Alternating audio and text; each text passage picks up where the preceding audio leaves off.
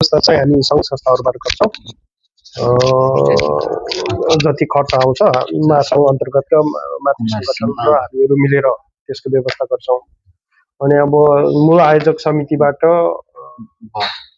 पूजालाई चाहिने खर्चहरू के कसो कसो हो त्यसका लागि हामीले कसरी सहयोग गर्नुपर्ने हो त्यो पनि हामी गर्छौँ होइन। त्यो व्यक्तिगत रूपबाट पनि गर्छौँ, संस्थागत रूपबाट पनि गर्छौँ। र अब अर्को कुरा रह्यो अब हामीले यो कार्यक्रमलाई चाहिँ नि सफल बनाउनका लागि हामीले अब अरू चिजहरू हामीले के दिनुपर्ने हो, महासङ्घले अथवा मातृ सङ्गठनहरूले के दिनुपर्ने हो हामी सबै त्यसको समस्याको कुरै भएन।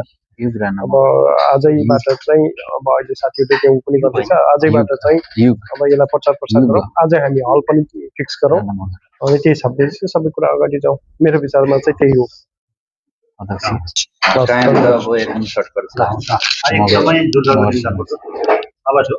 यो चाहिँ एक हप्ताभित्र हामीले यो कलेक्सनहरू सबै गरेर बोल्नुपर्छ। तपाईँले भन्नु अब त्यही हो।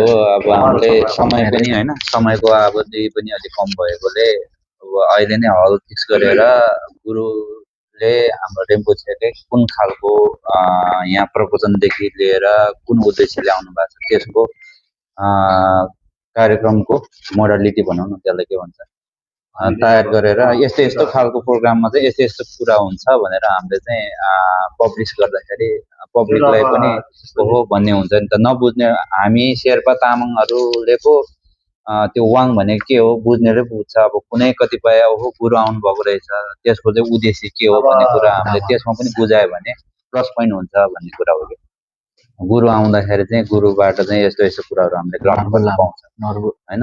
यस्तो यस्तो उद्देश्यले आउनु भएको तपाईँहरू चाहिँ पाल्नु हुनु भनेर चाहिँ निमन्त्रणा गर्दाखेरि चाहिँ त्यो खालको कुराहरू हामीले समेट्न सक्यो भने चाहिँ मान्छेलाई अलिक क्लियरिफाई भयो नि त।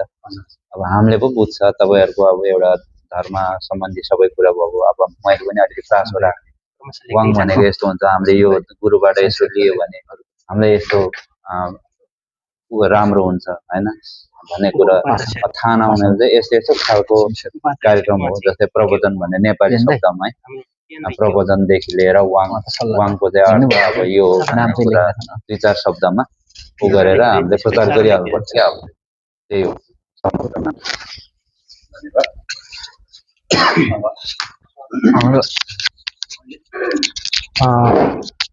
सबैलाई नमस्कार। अब हामी बिचमा